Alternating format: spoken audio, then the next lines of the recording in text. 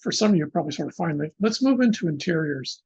Part of this you've already got Gallagher's book, that really good one on homes, houses and rooms, is basically comparing in most cases British and American. So you've already got that, because it's important to remember that British and American, American heritage might be in part from England, but even back in the Calvinist period, it already diverged tremendously.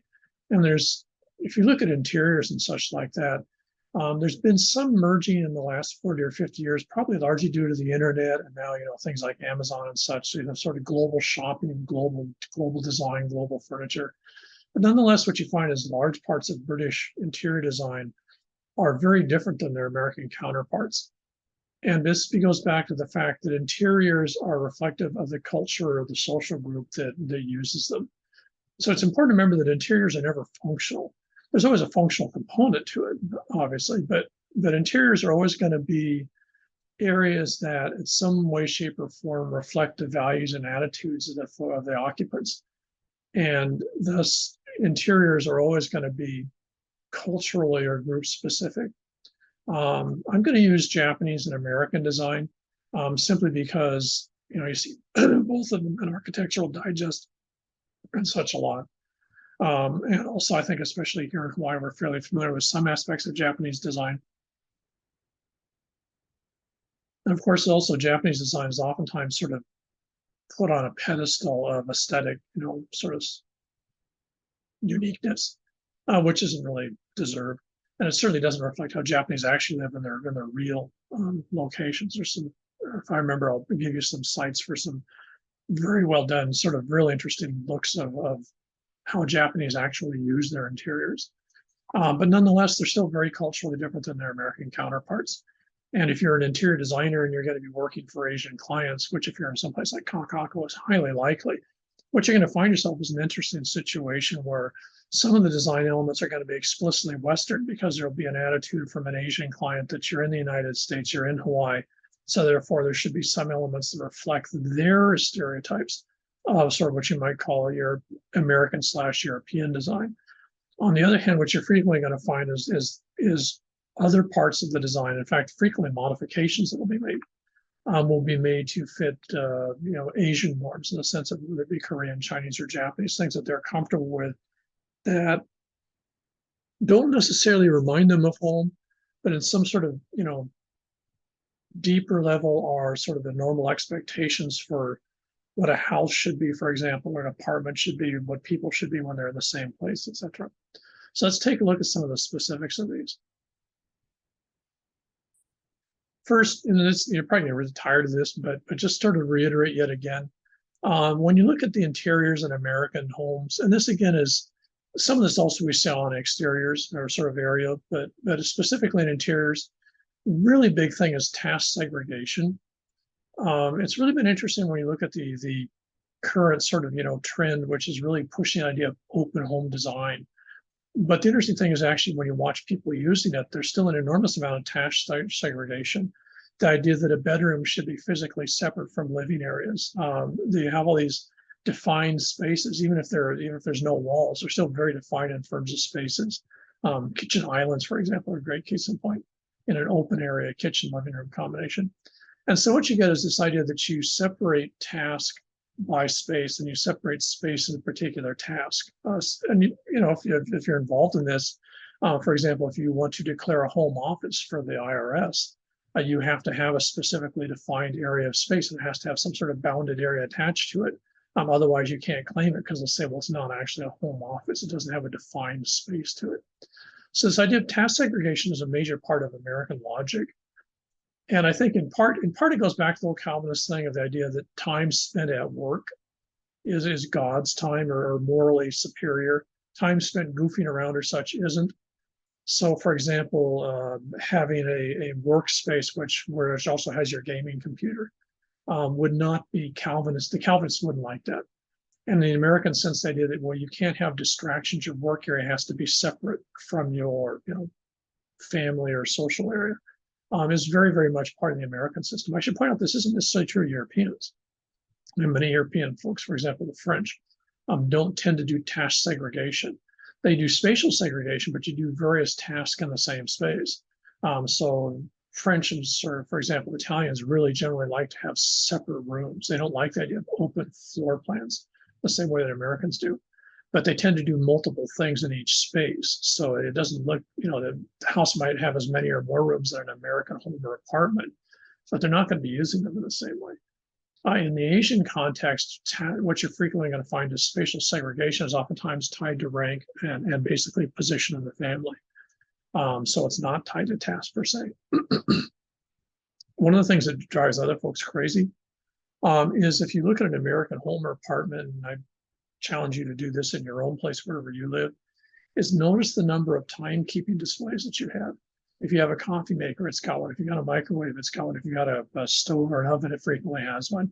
It's not unusual to have 5, 7, or 10 timekeeping displays in an American home, especially now if you have one of the Amazon Echoes that has a time display on it. So the idea that you always have something that's keeping time is very, very, very American, much more so than any place else. This really gets to a strange extent. My ex, for example, she was very bothered by this, but on the other hand, she was sort of a slave to clocks. So what she did is she would intentionally set the clocks in our apartment about 15 minutes ahead. So therefore, she'd always make sure she was on time. But at the same time, it made her more comfortable because then they weren't showing the actual time. So you didn't have to worry about whether it was, 12:01, because the clock would show 12:15, even though it wasn't that time. Don't ask me to explain that, just sort of is what it is. But it's sort of an interesting reaction from someone within American society about this, sort of just overload of displays. Age, sex segregation. This is a huge thing in American society. You don't see it in others. Certainly don't see it in European societies to the same extent. Certainly don't see it in Asian societies to the same extent. In Asian societies, what you tend to see is segregation based on sex, as you do in the Pacific. In other words, gender segregation. But it's usually the other definition. Breakpoint is family in terms of family genealogy, basically. The idea that in American society you wouldn't have kids sleeping with their parents past a certain age that were considered, morally and socially inappropriate. Very, very, very sort of Calvinist, again, with the idea that people are born into a state of evil. And so you have to discipline them to not have that. In fact, a lot of this really ties back to this, I think, the sort of Calvinist, Puritan idea of discipline. That to a certain extent, self-discipline is key. But what you have to do is you have to design interiors that promote or encourage or help you keep disciplined. Private space versus collective space. Americans are huge on private space. It's an enormous thing in American society. My stuff versus your stuff, my room versus your room. Privatization of space and privatization, oftentimes for purpose of objects. Again, in many cases has to do with this idea of conspicuous consumption and also just consumption of things, the ownership of things, mine, and very, very, and this goes back to Miller's stuff discussion. Consumerism is a display of morality. This is a huge part of American society. This is why Americans spend so much money on Home Depot and Lowe's and places like this. This is also why they spend more money than some societies actually have in their entire budget for things like lawns, which is a huge issue right now in the Western states with a shortage of water, is the fact that people will not give up the idea of lawns, which are peculiarly Americans. Many Europeans look at the idea of a lawn. You might have public parks, but the idea that private people would have lawns, they just don't understand it. And in Asia, in most cases, people don't have the space for it. So this whole idea of consumerism, which again, very much we saw all the way back in Williamsburg, that you use your home, you use your interior as displays of morality. Now, back until the 1980s, in other words, 40s to 1980s, one of the classic ways this was done in the American home in the suburbs was the idea of the large window in the living room, which was almost invariably supposed to be open. The curtains weren't supposed to be closed. And now, so people walking by your house can look into your living room and see the couch and see all the stuff you had in there. And so the living room was a form of statement of your consumer success as a display. I think this has sort of disappeared. I'm not sure, but I've not really seen a lot of work on it. There was actually a fair amount of work done by Meinig and other guys back in the 70s and 80s on the function of the living room for public display. But I haven't seen anything done since then. It's a fascinating area, again, which is very different than its European or Asian counterparts, where privacy is a much bigger issue. People aren't concerned about what the neighbors think; they're concerned about the neighbors not looking into their house. Now, if we contrast this to Japanese space, Japanese space, again, we've gone through this a number of times, and this is true in all of Asia, and was also sort of true in much of the Pacific, was really defined by the idea of outside and inside. So you have the idea of outside, which is all those things we've looked at, the scary, the different, the stranger, all the things you're not in control of. And then coming inside, which is, removal of shoes, coming across the genkan, all that type of stuff. For the idea of inside, then is safe, it's family, there's no risk attached to it, comfort, warm, all those types of images of the inside. Japanese normative space is very, very much defined by this idea of outside and inside.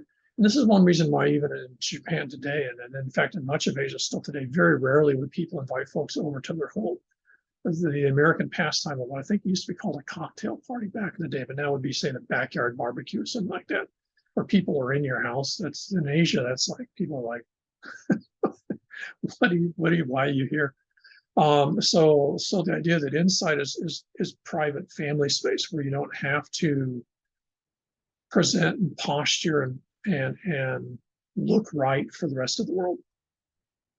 The idea of central living spaces that are multiple use. This is still very, very true, especially in congested urban areas like Tokyo or Osaka or something where smaller apartments only have basically one essential room in them. Which you then convert into various purposes. You have the futons, which go into a closet. You bring those out to go to sleep at night. You pack them up in the morning. Frequently air them out on a little bit of railing in the back. And then that becomes, basically eating and socializing space. There's a small cooking area sort of semi-attached to that. You almost invariably open. There's almost never a barrier between them. And then you'll have your separate not bedroom, but bath area. In much of Asia and much of Europe, you'll frequently find that toilets are separate from bathing. In Europe, this was largely due to the fact that Europeans came late to plumbing by American standards. But also Europeans, like Asians, tend to have an attitude that when you're doing your business in a toilet, that's not exactly the same place that you want to have, people washing. So there's sort of a cleanliness issue here. In Japan, more so than the rest of Asia, this becomes even more complicated because if you go into a Japanese bathroom, this is even true of hotels, you frequently find that the entire area where you wash and shower or whatever will actually be a sealed area where you're supposed to wash outside. In Japan, you generally don't go into even a bathtub, but certainly not into a fudo without already having cleaned yourself off. So bathtubs / fudo are for soaking in. They're not for cleaning yourself in. So you clean yourself outside. So it's frequently, if you go into Japanese hotels, you'll look in the bathroom area and you'll see a little plastic stool. And that you're supposed to sit on the stool, and that's where you actually clean yourself off, and then you soak. This is still required if, for example, you go to a ryokan or something like that. If you go to sort of a hot springs, there's a whole procedure which frequently confuses outsiders. Chinese and Koreans don't have quite the same thing, but they still do have a very strong attitude that you should, if possible, as much as possible, segregate the toilet area from the washing area. Frequently what you find in Asian design, and this is in China and Korea as in Japan, this is in part in urban areas due to the lack of space. In rural areas, it's just due to that you want the flexibility. So you frequently find movable walls. Now in China, movable walls will usually be of wood with some shoji or some rice paper in them.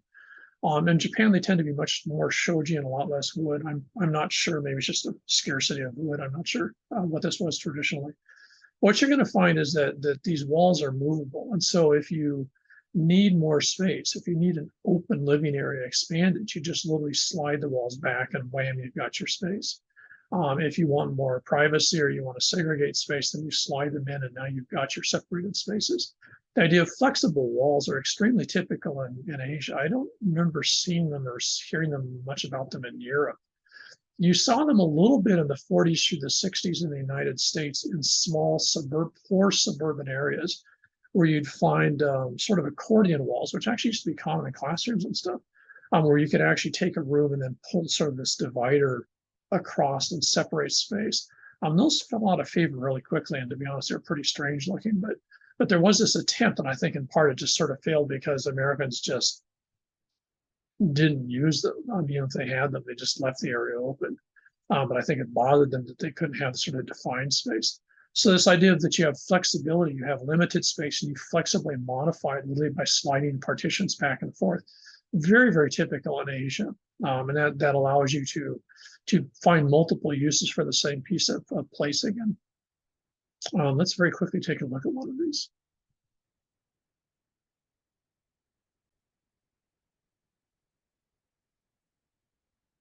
Okay. So here you see over here, and here you see to the left, you see just a ton of these, what I call architectural digest images of the Japanese apartment, which don't look anything like real Japanese apartments, which are usually very messy and sort of, whatever's. Just go to YouTube if you want to see real folks living in Japanese apartments. There's tons of YouTube videos, especially in urban areas like Tokyo or Osaka, people in, 150, 200 square foot or, or oftentimes maybe 4 to 6 mat rooms or houses or apartments. You also see these, for example, in Hong Kong and actually in much of urban China like Shanghai. But here on the right, we actually have sort of an example of a very sort of, not really upscale, but by Japanese, especially Tokyo standards, this is a nice apartment. It's a tsubo is the Japanese mat, which is a standardized measurement. It's just about 1 meter by 2 meters. And you'll frequently find in Japan, people actually even realtors will define apartments by the number of tsubo.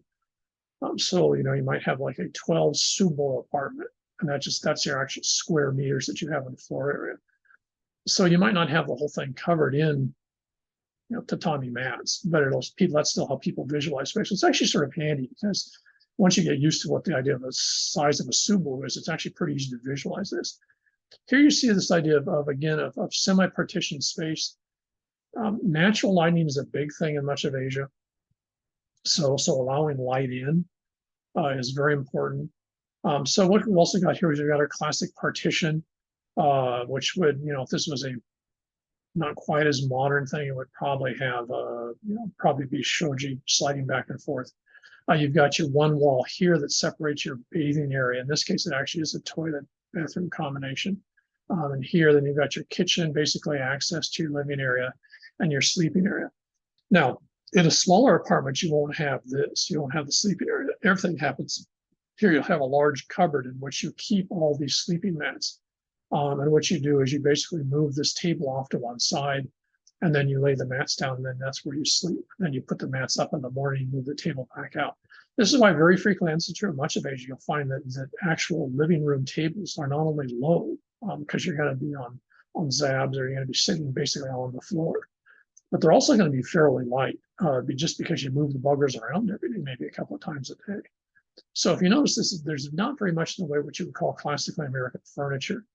One of the striking aspects of this would be you don't see this quite as much in China as they do sort of in Korea, but in Japan especially, you see that very frequently there'll be a lack of what you would call chairs, in the sense of chairs that are actually with legs. And part of that's just the technical aspect of if you put a legged chair on a mat and you sit on it, you're going to basically start to damage the mat very quickly.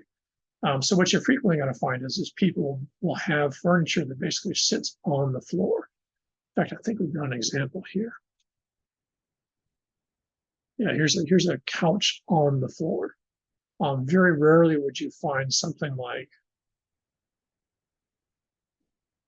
this with chairs, with things with legs. This is a very Western style place in some ways. Though again, you do have this idea of reuse or basically multiple use. I'm willing to bet this turns into a bed, for example. So what you've got is Japanese design tends to be the idea that you have multiple uses for the same space versus defined areas in which are only one use. And if you think of it as a classic American example, would be kids when they get to a certain age, you're supposed to have your own room. And so if the Americans are buying a place and they have 3 kids, they need at least 4 bedrooms, one for the parents and then one for each child. And kids will not be happy if they have to share a bedroom because they don't have that private space. That in most of Asia, that's not, unless you've got a lot of money, that's just not functionally how it works. It's not how people view their world around them. And they don't have that as what you might call a normative expectation. In fact, here's an example. Here's an example of a very modernized, but again, still very Japanese, even though it doesn't have the tatami. You're going to get very low furniture by American standards. And again, it's this idea that you're basically very, very near the floor. I should point out that traditionally in Japanese homes, a very efficient form of heating that was typical in all of Asia is that you'd have your table in the middle. In fact, hang on a second, see if I can find you a copy of this.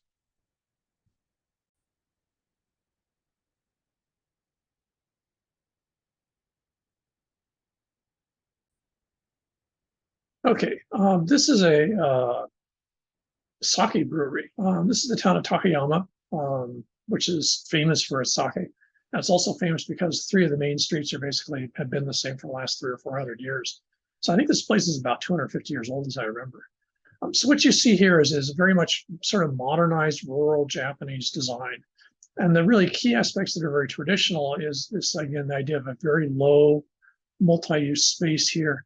What you frequently find in Japan, though now it's done with heaters, is this idea that you'll have a central area in the floor, oftentimes which is sunken, and you'll have heat in the bottom.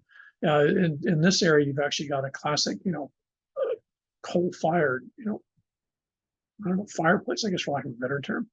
But again, notice how what you do is because it's centralized, this generates heat for this entire area. Takayama gets pretty seriously cold in the winter. And so what you've got is a centralized space. Now you've got a sort of Western style chairs in some ways, though, again, notice how low they are. And this is this is a warehouse, it's a concrete floor.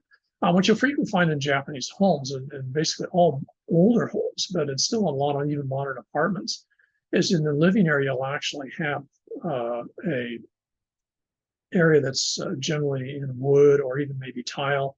And what you'll have is some sort of a heater, and then you have your table on top of that. And then what you have is basically you drape on the side of it. This is usually sunken, and people sit with their legs inside of it when it's cold out. And so this basically the air is trapped under the table by these, blankets or, whatever you want to call them. And that's how you stay warm. And then, of course, when it gets night, since you move, that's also your sleeping area. The sleeping area is next to there. So you have this sort of, I guess you call it central floor heating, but a very specific thing. And again, designed around the idea that they use the table because the table is where the family interacts. So this on one hand is very traditional, but on the other hand, the idea of centralized heating, which you have to remember, most Japanese come from a society where there's very little wealth. Folks were very poor, resources were very limited. So you could only heat one spot. You didn't have like the American idea where you had forests you could cut down for trees. So you had to, 2 or 3 little branches might have to provide enough heat for a night for a family. So you had to have very efficient use of heat. And you still see this a lot in rural China, the areas that we work in. It's not unusual to see people taking rice or barley or millet and basically wrapping up the husk when they're done. They make them very tight, so it looks like a rolled up newspaper. And you basically have somewhat similar, but it's made out of bricks. And so you have basically almost looks like an oven fireplace, but it's in the house. And so you fire that up with your basically your wastage from agriculture, and that provides the heat at night. So you don't have to buy anything. And again, as in much of Asia, wood in the sense of trees is very limited in the resource. So this idea that you have to be very efficient in your use of resources to maximize your use out of especially heating. This is still very much part of the Japanese logic. Japanese set great store by having a central table. Then in much of Asia, you still are expected to have dinner together, or in many cases, all meals together, and you socialize around some sort of a central table or central space. And that's considered very important to people. It's very important socially. It's very important for the way they see the function of a home as a place of social space, not of privatized space.